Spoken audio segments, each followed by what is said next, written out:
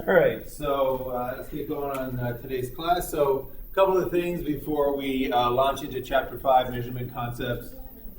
So first off, your library assignments have been graded. So that feedback has been uploaded to the actual assignment, so you'll know exactly where the points came from and where you earned points and where you might have lost points.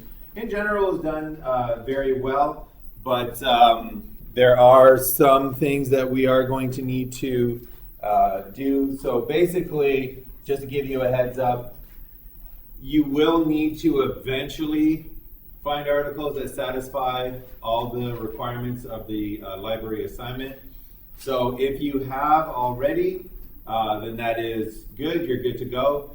If you haven't, then you will need to resubmit articles again to make sure that we have that background information for those. So I'll have more to say about that in a future class, but just so you know, the feedback is there, and it will literally tell you for each question, did you get the right article? Did you name it correctly? For question number 2, was it recent enough? Was it on reconstructive memory? Was it a primary empirical research article? Was it named correctly? So it'll tell you exactly the breakdown, and each yes is basically worth a point, and that's where your grade came from. So that feedback has been given. The second thing I want to bring to your attention is this week's survey for the innovations and suggestions. So I've opened up new surveys. You can check the announcements for the link to this current week. But I've also added 2 new questions to the survey, and they have to do with the survey, the innovations and suggestions itself, and the social media professional development. So this is for bonus points, but I haven't exactly decided what the bonus points should be yet. And part of that issue is that I want to have a bonus structure that is motivating for students to get involved, to do this, to find it rewarding. But at the same time, I also want something that's fair for the course and also fair for students that choose maybe not to get involved. So, too little, and it might not be motivating for students to get involved. Too much, and all of a sudden it's unfair for anybody that doesn't want to do it, and also it doesn't reflect the fact that this course is about learning how to write and learning how to do experiments. So I've been struggling with exactly what to make it work. So I figured I'll take some suggestions from all of you. So this week's survey, I've added 2 questions. One is, what do you think would be a motivating and fair reward for the top innovation and suggestion per week? And then also, what do you think would be a motivating and fair reward for the social media development assignments? And you can do things like, suggest things like percentages toward your final grade, percentages on individual exams, dropping certain scores from, certain assignments, any sort of, thing that you might want to suggest. So I'm just looking for help in that sense. So if you have any ideas, if you have something where you're like, oh yeah, that would be motivating and fair, please let me know, and I'll do that considering it, because I do want to lock down how much this is worth pretty soon. All right, and on that topic, we got assignment number 3.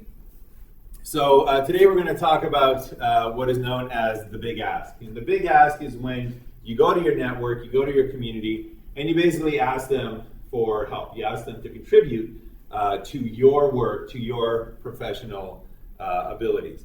So to give you an example of the big ask, here's Randy McCarthy, and he tweeted out, academic friends, what is the best writing advice for undergraduate who will be writing their first APA-style manuscript this semester? I would like to give them tips and tricks from the pros, i.e. you, please and thank you. So this is an ask because he's basically saying, look, I'm going to be teaching a writing course this semester. It's the writing course, much like the course that you're in. And I know that there's good ways to teach writing. I know that there's tips and best strategies for writing. And rather than me doing hours of research, rather than me looking up articles and reading articles on it, rather than me looking at textbooks on teaching an APA style, rather than me going online and trying to track down all this information for myself, why don't you do that work for me and tell me what you know, right? Why don't I lean on your expertise? Now, that is exactly why we have, one of the reasons why we have these social networks, these communities, is so we can do stuff like this, so we can use the experience of other people and say, rather than me doing hours of work, how about you dedicate 10 minutes of your time and help me out in this regard. But we still have to respect the fact that it's their time and it's our work that we're asking them to do. So before we get to the big ask, we're going to follow the rules that you want to give to your community before you even think about taking from your community. So if you look at Randy McCarthy's tweets here, his Twitter homepage, you'll see he's got like 2,200 tweets that he's done. He has contributed a lot with like announcements, with original postings. Scientific grants are pretty much a lottery anyway.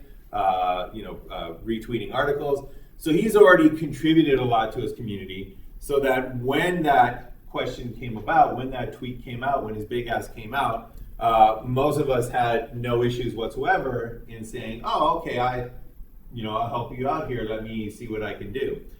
So one of the ways that you can help out an individual online is through what's known as amplification.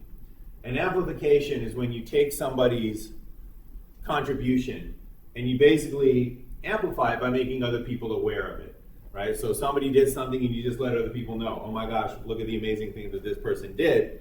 That's amplification, and that's one of the easiest ways to start contributing to your community, because while at your stage, you might not have any original research that you can contribute. You might not have a wealth of experience that you can say, oh yeah, from my 38 years of teaching undergraduates, I can tell you this stuff. But you can definitely amplify and retweet other people's information. So that's what we're going to be doing this week.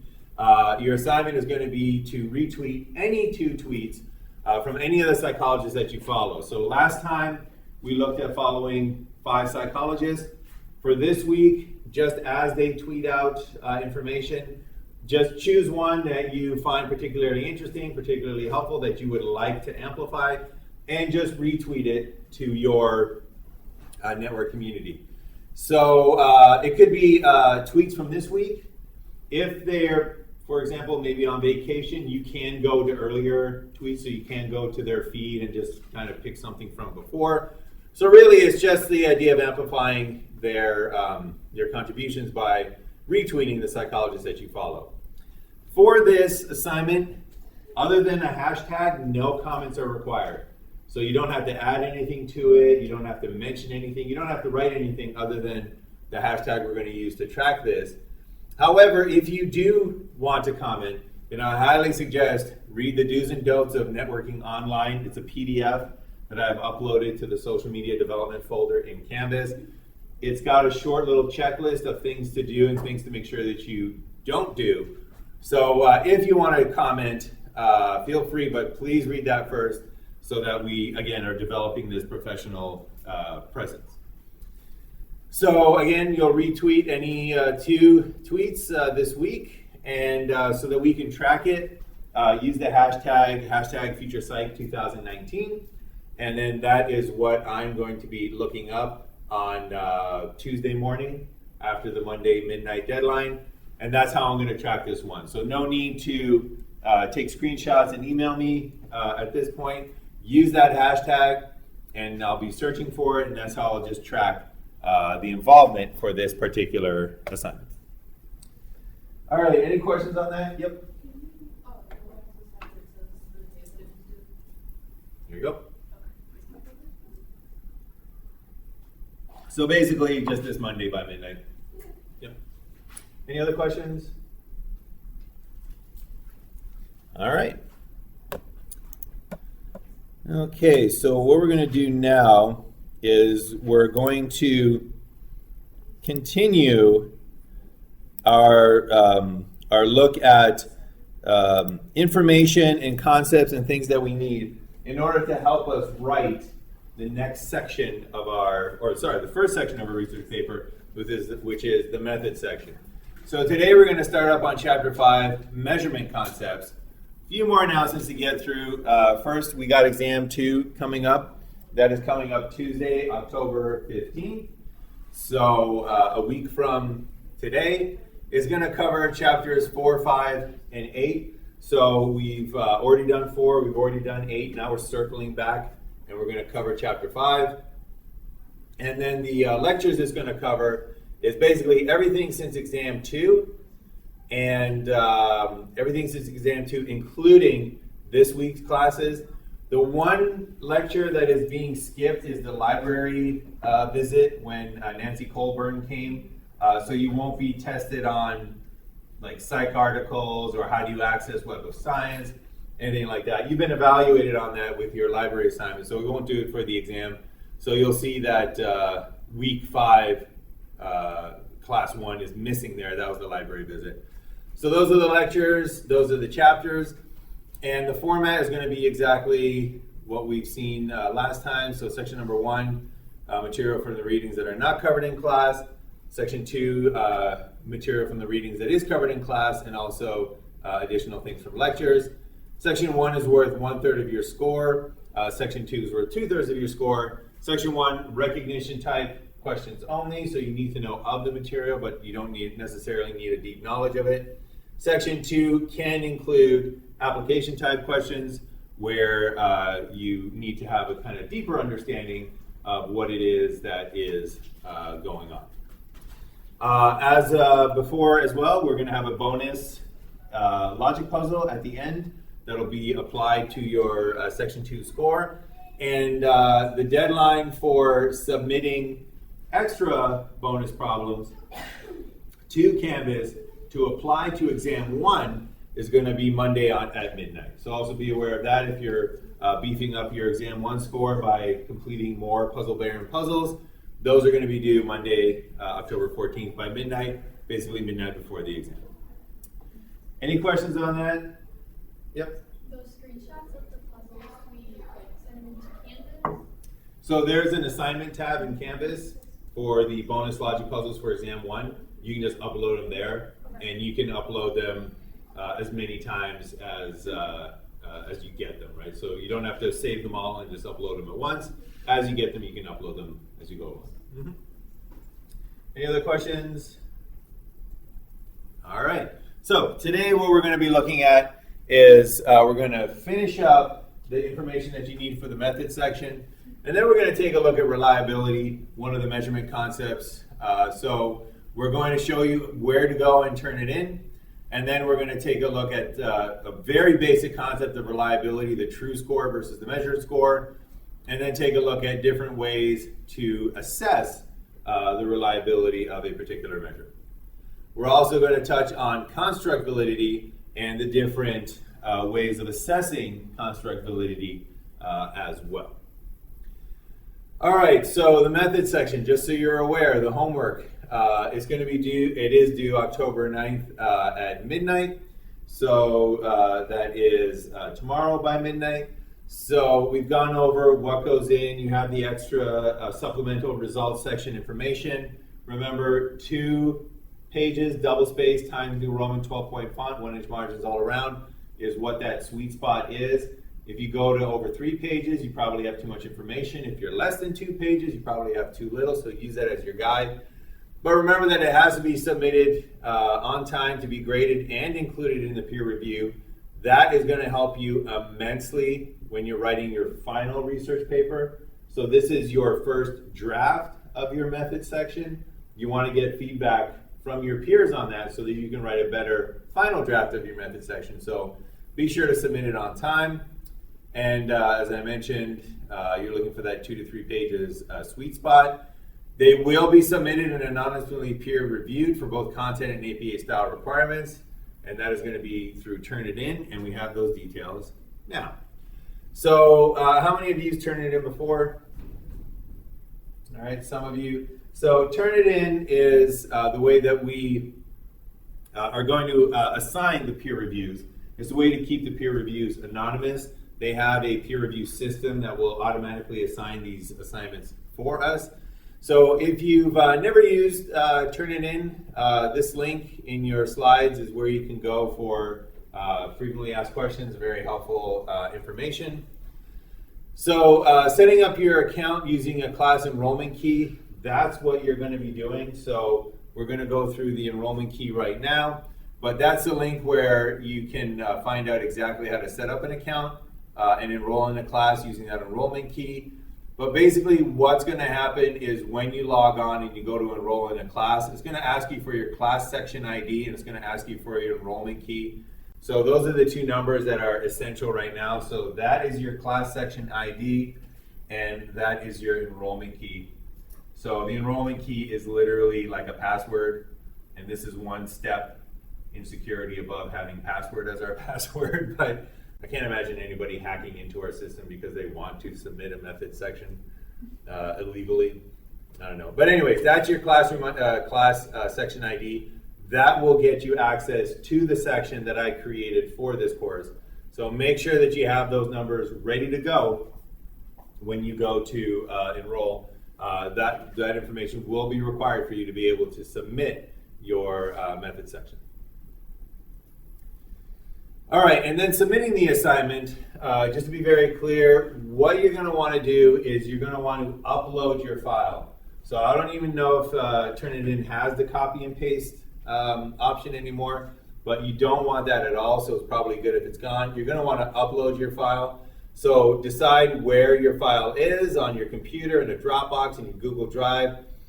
Click on one of the submission buttons and then select the file you want to upload, and then you just click on the upload button. So it's much like submitting to Canvas, just now through Turnitin. And make sure that you click on the confirm button to officially upload your file to the assignment tab. So make sure that you follow that last one, confirm it, make sure that it's in there. All right, and that will be submitted, and then you will be randomly assigned to peer review some of your peers' work, and this will be a guided peer review. So we'll go over more details after probably next class. But just so you know, it's going to be a series of yes or no questions that you're going to be doing to give the feedback, because peer reviews, they can be involved if they're open-ended. This is your intro to peer reviews. So you'll just be checking to see, did they do this correctly, yes or no? Did they include this information, yes or no? So it'll be guided like that, but it is immensely useful. So be sure that you get this in on time, because if you're on time, you're guaranteed to get peer reviews. If your submission is not on time, then you're gambling as to whether or not you will be assigned peer reviews. All right, any questions on that? All right, so reliability. We're now going to go into measuring concepts. And measuring concepts are very important because one of the things that we do as psychologists is we try to measure things, right? We try to measure how good somebody's memory is. We try to measure how confident are they for remembering a word. We try to measure what is your level of depression. We try to measure what is your IQ. We try to measure how resilient are you to challenges in your life. We try to measure a lot of things, a lot of variables, and one of the issues with psychology is that a lot of the things we measure, they're unobservable, and we have to kind of go around, things to measure them. So unlike a physicist who, if they're measuring the weight of an object, can actually measure the weight of the object. You can actually put it on a scale and measure the weight. I don't have a scale like that for depression.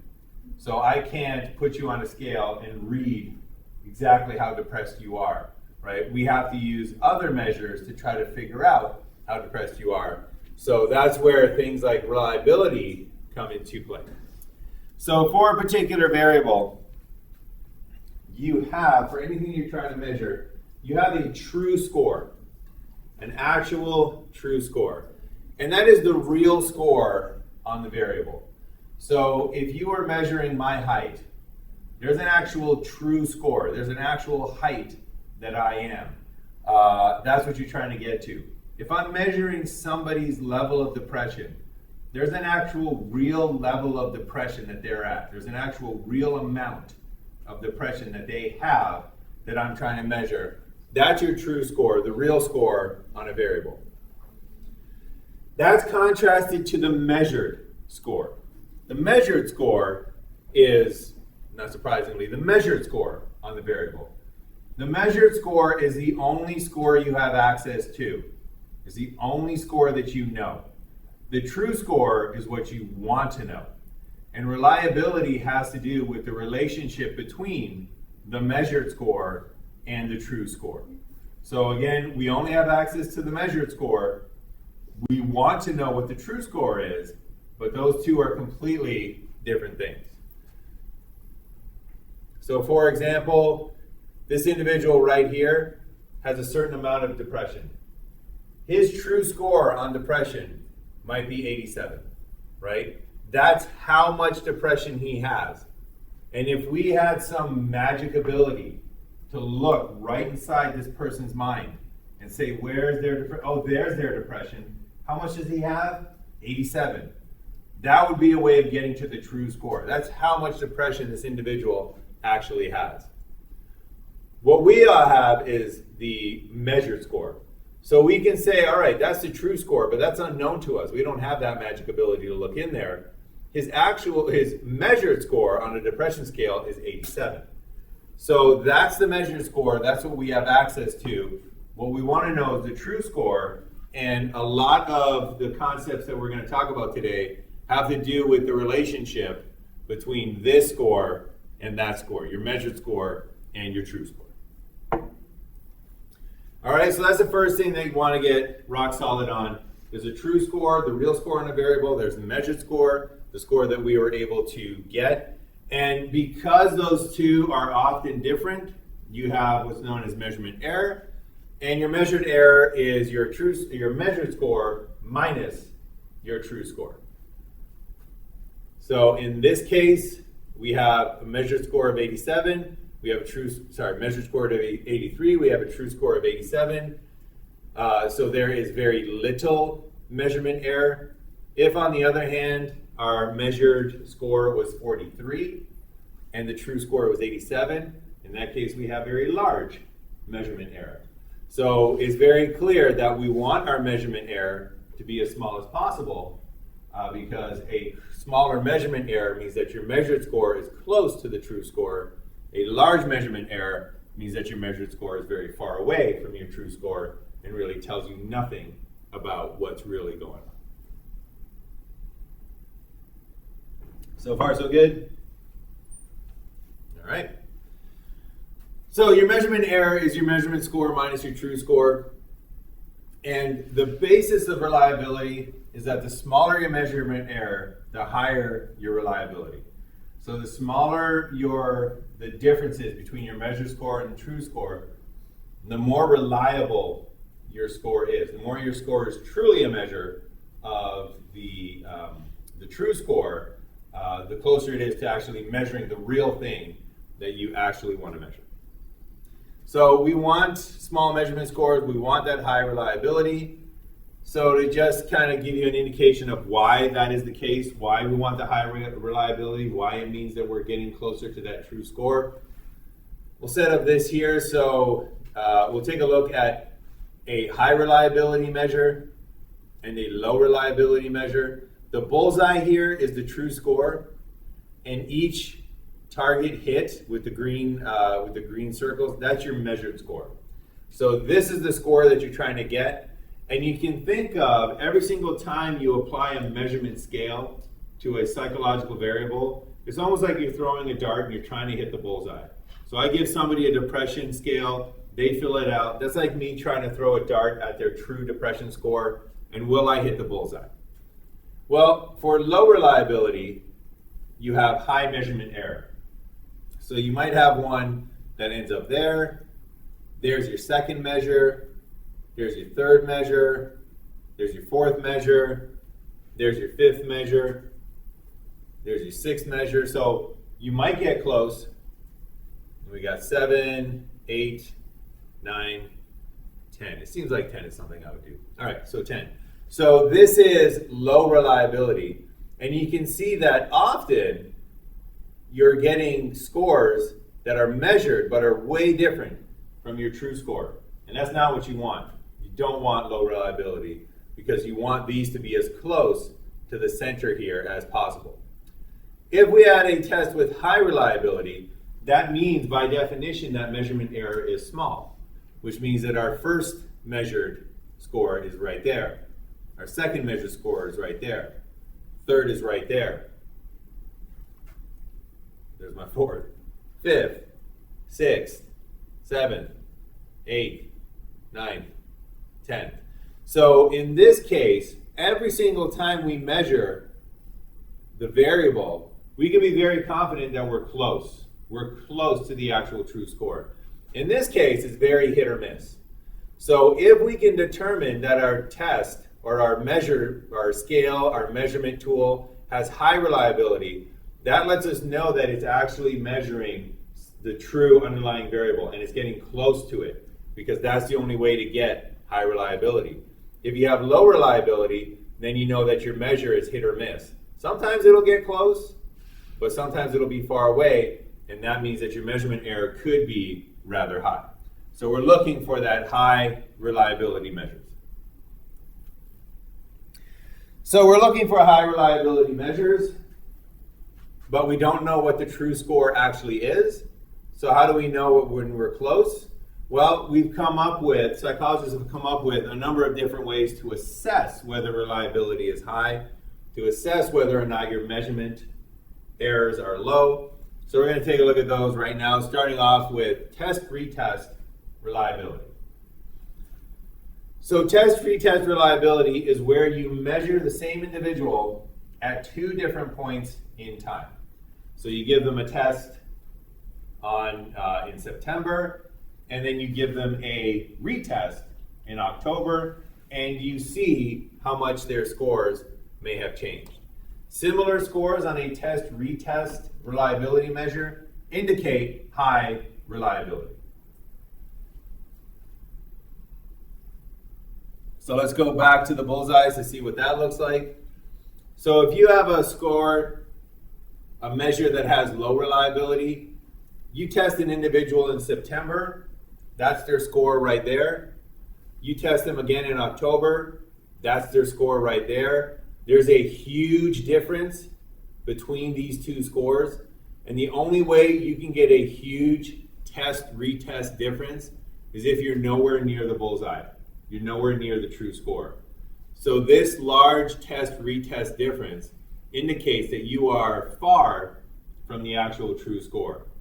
On the other hand, if you had high reliability, there's your test in September, there's your test in October, very little difference between the test and the retest. Only way that occurs is when you're close to the true score. So this test-retest reliability is a way of indicating whether you have high reliability, and again, high reliability is a way of indicating that your measurement error is small, that you're close to that true score. Now, for all of these measures of reliability, there's going to be issues and cons and pros to using them. You have a question? Yeah. So if they were the two green circles were close together, but they were away from the bullseye, that would still be low reliability. If they were close together but away from the bullseye, you would have high measurement error, but you would end up with high reliability. Okay. But what that means is that not that your measurement error for this is, let me say this correctly, it's not that your measurement error is large, it's that you're measuring the wrong thing. So the only way that you can have a tight grouping of measurement is if your reliability is high. If you're off the center, if you're off the bullseye, that means that you're not measuring what you think you're measuring. So you're measuring something incredibly reliably, but it's not what you think it is. And that gets into validity. So that's like the second half of what we're looking at today. Mm-hmm. Any other questions or comments? All right. So let's take a look at another way of assessing reliability. So we have internal consistency reliability. And internal consistency and reliability is when you measure the same individual, but you measure them at one point in time. So once again, small measurement error, similar scores equals high reliability. And what they often do on this, there's different ways of measuring internal consistency reliability, but you basically give somebody a measure and then you split the items in that measure between two groups and you compare their scores on the two groups. Okay, so if you have, for example, a 50 question depression scale, then you would split it 25 questions here, what is their depression? 25 questions over here, what is their depression? And then you would compare those two scores. And again, if you get very similar scores, that means that your test is measuring things highly reliable.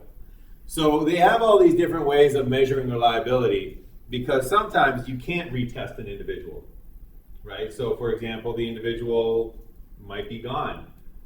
Maybe you're testing students and you're testing them in the semester and they graduate and they're gone. You can't retest them. Sometimes test-retest doesn't work with things that are expected to change. So you could imagine the reliability of a tape measure would be pretty low on test-retest because people get taller as they grow. So it would be unfair to say, well, my measuring tape is a very poor, has very poor reliability because I measured my nephew when they were 4 and they were 58 inches. Now I measured them when they're 6 and they're 68 inches. What happened? My measurement tool sucks. It doesn't. It's just that it's not set up for that. So in those cases, you could use internal consistency reliability, where you take a look at one point in time and you compare the measured items versus the measured items. And again, similar scores equals high reliability. So once again, we have the measured scores. Now we have the green and the yellow. So we split them up into two different groups. And if we had low reliability, that might be where we have the green scores. That might be where we have the yellow scores. And if you compare where the green scores are, so if you compare like their center of mass right about there to the center of mass of the yellow scores right about there, you'll see that when you compare the averages, they're very far apart. Large difference, low reliability, because we're missing that true score with our measurement items. On the other hand, if you have high reliability, there's your 5 green items from the score. There's your 5 yellow items from the score. You take the center of mass, very close together, very small difference between those two sets of scores, indicates once again high reliability. The only way to get this is if everything is close to the true score. All right, so that's another way to assess reliability. We got one more for reliability, and that's Interrater Reliability. This one is often used when you have when you do an observational research, when you're having observers look at behavior, and you want to make sure that your measure is highly reliable. So you'll give 2 observers the same assignment, and then you just afterwards compare how close they are on their observations. So for the work that I do, where we take a look at visual metaphors in comic book art, I will use Interrater Reliability all the time. So I will take 3 comic books. My research assistant will take the same 3 comic books. We'll analyze it using the measures that we've developed. And one of us will be rater 1, one of us will be rater 2. And if we have similar scores, if we come back and we say, oh yeah, 80% of these images used metaphors, what did you find? Oh, I also found 80% used metaphors. That indicates that our test, again, is highly reliable. So just one more time with the bullseyes. Low reliability, if that is rater number 1 and that is rater number 2, and there's a large difference between their measures of the same true score, again, that large difference can only happen if you're missing the true score, if your measurement error is high, meaning that you have low reliability. On the other hand, if that's the score that I came up with, and that's the score that my research assistant came up with, very small difference here can only happen when the measurement error is very small and both points are close to that true score. All right, so that was reliability. 3 measures for assessing reliability depending upon the circumstances. of your measure. Any questions on that before we go to construct validity? All right, so very good question was asked before. What if all these groups are close together but they're somewhere over here? Wouldn't you still have a high reliability score? And the truth is, yes, you would still have a high reliability score, because remember, we don't know where this true score actually is. We can only assess the differences between our measured scores. So all these measures of reliability are based on how different are these two measured scores. But there's still a possibility that we are totally missing what we think we're measuring, and in truth, we're somewhere over here, closely clustered, high reliability, but measuring something else. So how do we know that we're actually measuring what it is that we think we're measuring? And that's where we get into validity. So validity is the concept that what you're measuring is what you actually think you measured. The true score is what you're measuring, the actual true score that you're set up to measure. So the degree of match between your conceptual definition, that is your true score, and your operational definition, that is the measure that you're using. So does the measure that you're employing actually measure the construct that it's supposed to measure? That is what is at the heart of construct validity. Does your measurement score actually reflect the true score? That's what we're asking when we're looking at validity. So in any measure, you're going to want high reliability and high validity. You're going to want the two of them together as much as you can. So if you remember back to our look at operational definitions of variables, when you're measuring something like depression, the conceptual definition, the typical dictionary definition, that represents the true score, the true variable. So when we're measuring depression, we want to know how much of a condition of general emotional dejection and withdrawal does this person have. We want to know how much sadness, greater and more prolonged than warranted by any objective reason, does this person have. We want to know what's their true score on this concept, this idea. We do that by using a measurement scale, such as the Beck's Depression Inventory. And that is a measurement scale that, for example, has high construct validity. So we're going to see why it has high construct validity, how we know it has high construct validity. But basically what this high construct validity means is that this measure, this tool, actually measures this. That's what high validity means, high construct validity. It means that this measurement score is actually measuring this. This is the bullseye we want to hit, and this score is getting close to the bullseye. So that's what we mean by high construct validity. If we said that we're going to measure depression, and the way that we're going to measure it is we're going to measure it in height in inches. That is my operational definition for depression. Notice that this would have extremely high reliability. So if you measured my depression using this operational definition, and you measured me today, you would measure me and it would be 6'4". If you then measured me a week from today, you would measure me again and it would be 6'4".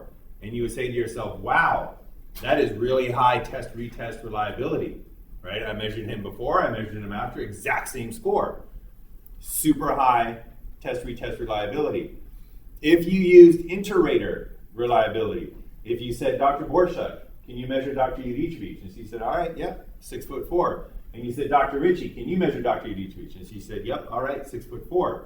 You'd say, oh wow, two raters got exactly the same answer. Super high Interrater reliability. But notice that it's not measuring what it is that we want to measure. So this one here, that has low construct reliability. So even though this is very reliable, low construct validity. So even though this is very reliable, it's not valid because this does not measure this. This is hitting a bullseye, but not the bullseye on this target. It's hitting something else entirely. So that's what we mean by high construct versus low construct validity. All right, any questions on the basic ideas of high versus low construct validity? All right, so once again, we need ways of assessing validity. We need ways of assessing this construct validity because we don't know exactly where the bullseye is. That's what we're trying to measure. So how do we know if we're completely missing it? How do we know that we have low construct validity or that we're actually hitting it, that we have high construct validity? And much like with reliability, there are different ways to assess it. Now with construct validity, there's a number of different ways to assess it. All of these are useful in different circumstances. All of these will be used in conjunction with each other to increase the validity of a particular measure. So let's take a look at a few, and we'll start it off with the Beck's depression inventory. So the Beck's depression inventory is known to have high construct validity, and it's known to have high construct validity because it scores high on various measures of construct validity, like face validity, and we'll start off with that one, face validity. And this one is the most sort of transparent one, and it's also the one that's oftentimes the least useful, right? So we'll talk about why, but it is a measure of validity. And face validity is simply where the content of your measure looks like it's measuring the underlying construct. It's where your measurement score looks like it's measuring your true score. So it's called face validity because on the face value or the face of it, it looks like your measurement is actually measuring the desired true score, the actual construct. So if you took a look at Beck's depression inventory, even with a very superficial knowledge of what depression is, you could assess Beck's depression inventory as having high face validity. So if you look at the questions here, question A indicate, so if you've ever taken Beck's depression inventory, what you do is for each of these statements here, A, B, C, D, E, F, G, you simply circle which number corresponds to how you feel. So question A, I do not feel sad. I feel sad. I am sad all the time and I can't snap out of it. I am so sad or unhappy that I can't stand it. Question D, I get as much satisfaction out of things as I used to. I don't enjoy things the way I used to. I don't get real satisfaction out of anything anymore. I am dissatisfied or bored with everything. C, I do not feel like a failure. I feel I have failed more than the average person. As I look back on my life, all I can see is a lot of failure. I feel I am a complete failure as a person. So all of these questions look like they have stuff to do with depression. And that's all face validity is. It's whether or not your questions look like they're measuring what it is that you decided to measure. So that would be that would have high face validity for depression. Things that don't have high face validity. Basically, any BuzzFeed or, where did I get this one from? Yeah, this is BuzzFeed. Any BuzzFeed quiz has almost no validity whatsoever. So here we have build a taco and we'll tell you which Winter Olympic sport you'd be really good about, all right? On the look of this, if you said to somebody, do you think this looks like a good measure of Winter Olympic athletic skills? People would say, no, it's got nothing to do with athletic skills. It's got nothing to do with the Winter Olympics. This has very low face validity. If somebody ever said, do you think this is a good measure of whether somebody can be a downhill skier? They'll say, no, that doesn't look right at all. That's low face validity. All right, so that was face validity. Next one, content validity. And content validity is when the content of the measure is linked to the content that defines the construct. So it's when the stuff that's in the measure correctly links to the stuff that we know about what it is that the concept is measuring. So once again, we go back to Beck's depression inventory, and we can see that it has high content validity. So things we know about depression. We know depression has to do with sadness. That's one of the contents of depression. And lo and behold, There's the question on sadness. It's assessing sadness. We know that there's a hopelessness in depression, that things aren't going to change. And lo and behold, there's a question about hopelessness. We know that people who are depressed don't get satisfaction out of their everyday experiences. One of the things that occurs is that oftentimes they're not very sad, but they're not very happy. They go out and do things that used to bring them enjoyment, and they're like, this does nothing for me. That's content in depression. That is something we know about depression, and lo and behold, it's assessing that. So if you had a list of everything that depression was about, you could check off just about everything on that list when you go through Beck's depression inventory. So it's got high content validity. On the other hand, build a taco and we'll tell you what winter sport you'll be good at. That's very low content validity. So if you go to a coach and you say to them, what makes an Olympic winter athlete a great Olympic winter athlete? They'll say things like, oh, they have a lot of balance. You can go through here, asks nothing about balance. You can say things like, oh, they'll have a lot of anaerobic capacity. You'll go through this, nothing about anaerobic capacity. Basically, nothing about what it takes to be an athlete is going to be in this test, low content validity. Yep. So obviously, like those things aren't accurate, but sometimes in a weird way they are. How do they do, like you know, the astrological sign type thing, or it's like you can guess what you look like based on these questions, and sometimes they're very accurate. How do they do that? Like some of them aren't as BS as that. Well, I mean, there's a few things that's going on in that way. Number one, oftentimes the final outcome of these will sound accurate, but it'll really be general. So that's known, I think it's called the P.T. Barnum effect, where there are certain statements that sound like, you know, people really know what I'm like, but in reality it's true of everybody. So if you say stuff like, you know what, you took this test, and I can tell from this test that you're a truthful person, but occasionally you'll bend to truth, most people will sit there going, oh wow, that's me. But that's everybody, right? And if they say something like, you know, you're a really loyal friend, I can tell you're a really loyal friend, but there have been times in the past when that loyalty's been tested, you might say, oh my gosh, how did they know that? It's like it's true of everybody, but it sounds specific. That's one possibility. Another possibility is that you do 20 of these. One of them is bound to get it right. You know, just randomly, if you do enough of them, you'll end up with the correct answer. And then the last one that I've found with some of my experience is that occasionally you'll just go back and change your answers until you get the one that you want. So if they're like, oh, what Avenger are you? You know, and you're like, oh, I like this, I like this, I like this, I like this. Answer. And you're like, Hawkeye? No. And you're like, I like this. Until you get Captain America or whoever you really want. So there's that as well. But, you know, if they actually do, if it can be tested to show that yes, it is reliable, yes, it is measuring what it is, you know, there's no reason why some of these can't indicate what you're truly like. There's no reason why it can't get to a true score. It's just that in reality, very few of them actually do. I know they ask, because like the Facebook ones, me and my best friend do them religiously. Yeah. We do them over FaceTime, and sometimes we're just like, wait.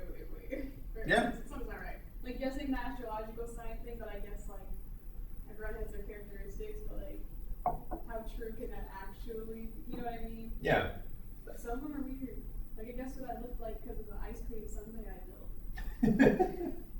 It said brown hair, blue eyes. It's possible. They're looking. Yeah, well, your camera might be on. So you might want to put like a little post-it note over your camera. I actually had this discussion with my wife last night where, you know how you get those targeted ads? Yes. Where sometimes you search for something, you're like new shoes, right? And then all of a sudden all your commercials are like, oh, these new Nike shoes, oh, Foot Locker sales and stuff like that, right? No, listen. Yesterday, me and my friends were talking about donating bone marrow. We were just talking about it. Yes. One of us looked it up at Yes, all. I know. I get on Facebook and I'm scrolling. It's like, donate bone marrow, And I'm Yeah. like, you guys are listening to me? Yeah. This is Yeah. not- They probably are. My boyfriend's a vegetarian, Mhm. and we were talking about vegetarian chicken wings because he misses chicken wings. First ad I saw, and I was like, okay, why would I, a hardcore chicken lover, be looking up vegetarian chicken wings? That's one of the issues of privacy. So there's been tons of evidence that they have recorded, conversations and other stuff. They got people transcripting all these recordings into information. But the discussion I was having with my wife yesterday is that if you ever don't get targeted ads anymore, that's an indication that they've stopped listening to you, and I would actually be like a little offended. Like I'm not worth spying on anymore. You don't want to sell to me. Yeah, I tested it one time. I just said into my phone, and I was like, dang, I really need to go grocery shopping. And then I checked on it 10 minutes later. I got a Walmart grocery ad. Yeah.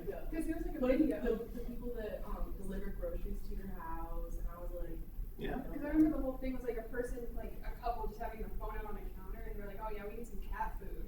That's how the whole thing started. And then all of a sudden, 2 days later, they had an ad for cat food. And there's we'll kind of end on this note here because we need to get back to validity. But the big issue, or one of the kind of sticky things about this is that the targeted ad, when you think about it, is great because that's what you're interested in. Why would I want to watch advertisements about hang gliders, right? Why waste my time, with hang gliders? I like to know that, here's here's this new version of a product that you might be interested in. Here's something that you are actually looking for.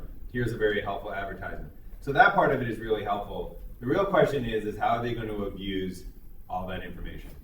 Because when you know that much about people, you can put together something that has extremely high reliability at predicting their behaviors. How are you going to use that? And the whole Cambridge Analytica debacle where does anybody remember what that was all about?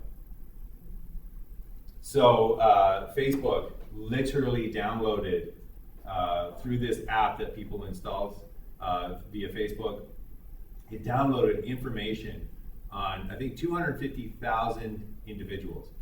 And from those 250,000 individuals, they were able to create kind of individual profiles that would predict how these people would act, right? And one of the things that they did was the Trump campaign hired them, and they literally fed them slogans. And they said, how would people react to this? And they saw 250,000 people, this much approval. Well, what about this version?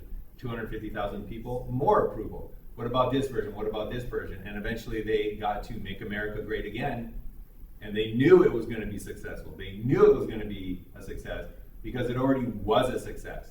They didn't have to sit there with intuition and think to themselves, well, does this sound right? Will this motivate the people? They said, no, let's run it through our simulation. Make America Great Again. That's the slogan. That's the one that's bringing in the most people. So they stole all this information, abused their power, and ended up benefiting from it. So that's the real issue. But back to validity. That's my seamless segue back to construct validity. All right. So assessing construct validity.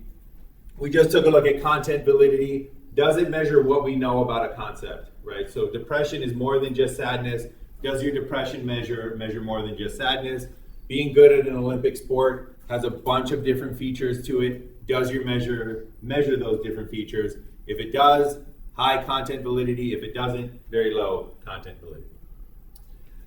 All right, next one for construct validity. Predictive validity. Actually, that's exactly what we were just talking about.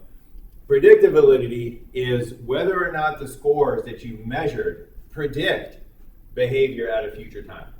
So the scores that you measured on your measure, will that predict behavior on that variable, on that criterion, measured at a future time?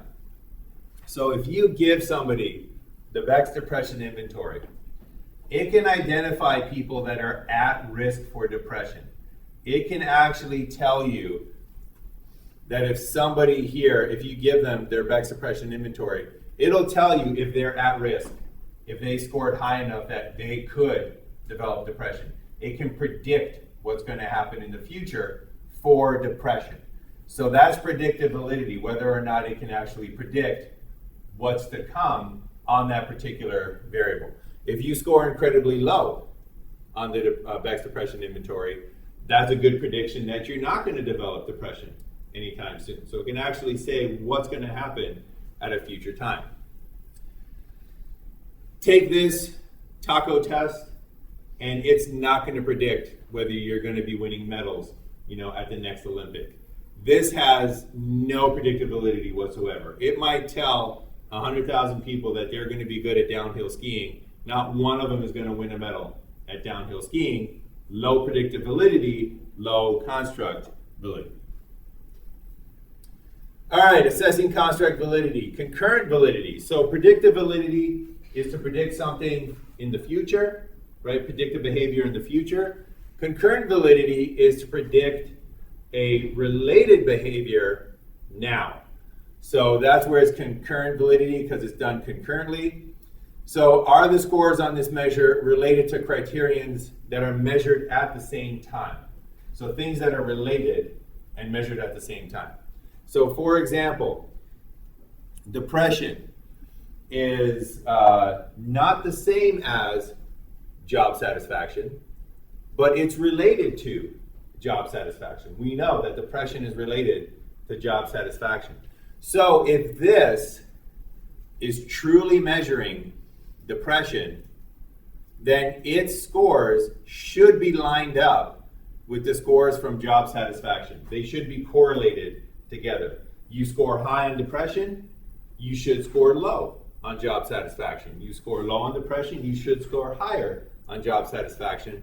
The two of those should concurrently match up. They should concurrently predict each other. So again, it's not predicting some score in the future. It's predicting if you give somebody the Beck's depression inventory and you give them the Spectre's job satisfaction survey, their scores should line up with each other in a predictable way. One of the scores that actually, or measures that actually is predictive of success in the Olympics, that actually does have validity, is this Y balance scale over here. So the way that this works is that you stand on the center block, and then the physical therapist person that's assessing you will push these out at various directions, and you should be able to balance and step to the side and step to the other one there. So that is measuring your balance. That is actually highly predictive of your ability in speed skating. So speed skaters will kill this particular measure. This measure here has no concurrent validity whatsoever with this measure here.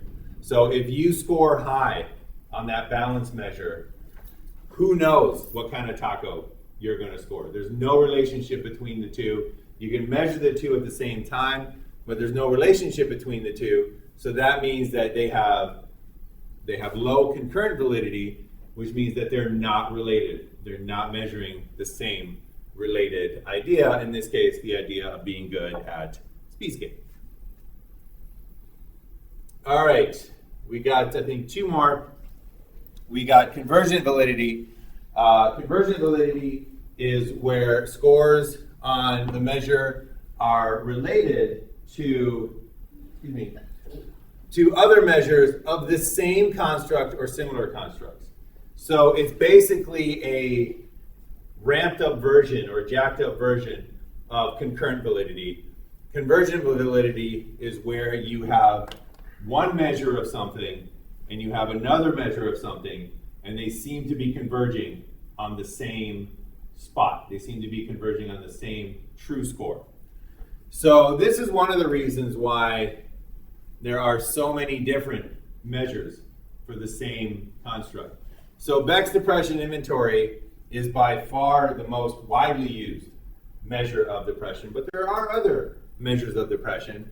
And if Beck's depression inventory is measuring depression, and the Zung SDS test is measuring depression, then those two should have high convergent validity.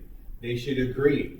If Beck's depression inventory tells you you're depressed, Zung's SDS should tell you you're depressed. If Zung's SDS tells you you're not depressed, Beck's depression inventory should tell you you're not depressed. They should converge on the same bullseye, indicating high, in this case, convergent validity. Build a taco and we'll tell you which Olympic sport you're really good at. Does not converge with people's performance at the US Alpine Championships qualifying for the Olympics.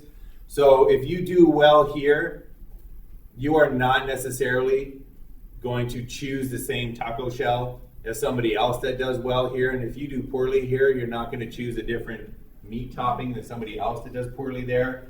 The answers that you get here do not converge with the answers that you get here. So this has, this has low, these two would have low convergent validity. And what that means is that at least one, but maybe both of those, is not measuring what they think they're measuring. All right, and I believe this is probably the last one, discriminant validity. And this is the opposite idea from convergent validity. So whereas convergent validity, you're looking at two related measures to point into the same direction. In divergent or discriminant validity, you're looking at two unrelated measures to point in different directions. You're looking at two unrelated measures to point to two different bullseyes. So if I was assessing Beck's depression inventory for discriminant validity, it would have very low discriminant validity with the Zung SDS because these two are measuring the exact same thing. So you would expect they would have high convergent validity, very low divergent validity because they're measuring the exact same thing. But both of these have divergent validity, very different answers than the WACE IQ scale. So if you measure people's depression and then you measure people's IQs, the two constructs you're trying to measure, one of them is depression, one of them is intelligence. One bullseye is over here, one bullseye is over here. And the fact that those tests point in different directions to different bullseyes means that they have high discriminant validity. If they agree with each other, then for all we know, Beck's depression inventory is really just an intelligence test. It's not measuring depression. If it's agreeing with the IQ scores, then it's really measuring IQ, and it's not measuring depression. So the discriminant validity is where it doesn't agree with measures that it shouldn't have anything to deal with.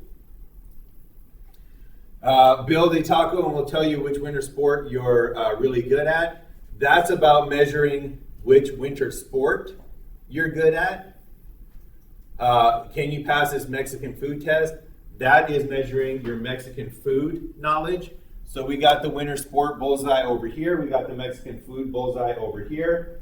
If there is agreement between these two tests, then what that means is that they're not measuring those two different bullseyes, they're measuring the same bullseye. So if you don't have high discriminant validity, if it turns out that you're actually measuring the same thing, once again, it means that one of you is wrong. You're actually measuring a construct that you thought you weren't measuring. All right, so those are the different forms of validity. And we mentioned, I forgot to mention this before, but all of these you would want to assess, all of them pretty much to make sure that you are measuring the thing that you think you're measuring. But the one that can be left out, and oftentimes is left out, is face validity. So let's end today's class with a little bit of a critical thinking exercise. Face validity is whether your test looks like it's measuring the construct that you're measuring. So when would you want a measure that has extremely low face validity? When would you want a measure that does not look like it's actually measuring the construct?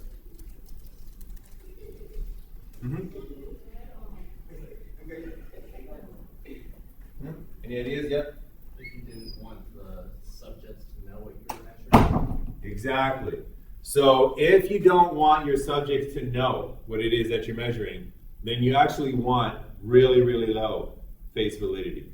So something with high face validity, if you're doing research in stereotypes, and you put together a measurement of stereotypes and racial biases, you could have a very highly valid survey if question number 1 was, on a scale of 1 to 10, how racist are you? 1, not racist at all. 10, completely racist, right? That has extremely high validity. You're actually measuring racism in that case. But you're not going to get any real answers because the face validity is too high. So nobody is going to sit down there and say, you know what, I'm probably like a 9, I would imagine, on this, right? They're all going to say exactly what they think the experimenter wants to hear. I'm a 0, right? I'm not racist at all. So when you're dealing with things that people might not want to admit about themselves, you have to ask them, you have to design a measure that has very low face validity. And I remember when I was reading about this, one of the things that you do is you basically ask about questions that don't necessarily have high face validity, but still measure that content validity and have that kind of concurrent validity. So for example, if you're looking at stereotypes, especially let's say gender stereotypes or minority stereotypes, you can't have questions with high face validity. So if you say something like in your survey, if you were the owner of a company, would you not hire somebody because they're African American? Everybody knows the answer to that. Everybody knows you write, no, I would not take that into consideration. I don't see race. I wouldn't have that a consideration. If you were hiring for a company, would you prefer to hire a male employee versus a female employee? Everybody knows the answer to that. No preference, whoever's the best for the job. So you can't ask questions like that with high face validity if you want to get to the true measure of internal biases. So what they do is they ask questions with lower face validity. So they'll ask things like, well, on affirmative action, do you believe that some people benefit unfairly from affirmative action? And that people are much more likely to say, oh yes, I think there are certain groups that are, benefit, very unfairly. I think it's unfair to certain other people. And that has that content validity, that has that concurrent validity, that gets you to a true measure of the biases that an individual might have. So that's the one, just so that you know, if you're ever designing a test, you might not want face validity. It's totally fine to have it. IQ scores are highly valid, and they have super high face validity. Nobody has ever taken an IQ test, and at the end of it, the person says, oh, by the way, I was testing your intelligence. And they're like, what? No, really? All those math questions and logic questions and puzzles that I put together was testing my intelligence? They know it. It's high face validity. If you don't know it, then you should fail the IQ test, I guess. But anyways, they know it is high face validity. So high face validity sometimes is completely acceptable, but this is the one that you don't always want. These ones you always want. So these ones are always in play, but that one you might not actually want to have. All right, any final questions, comments?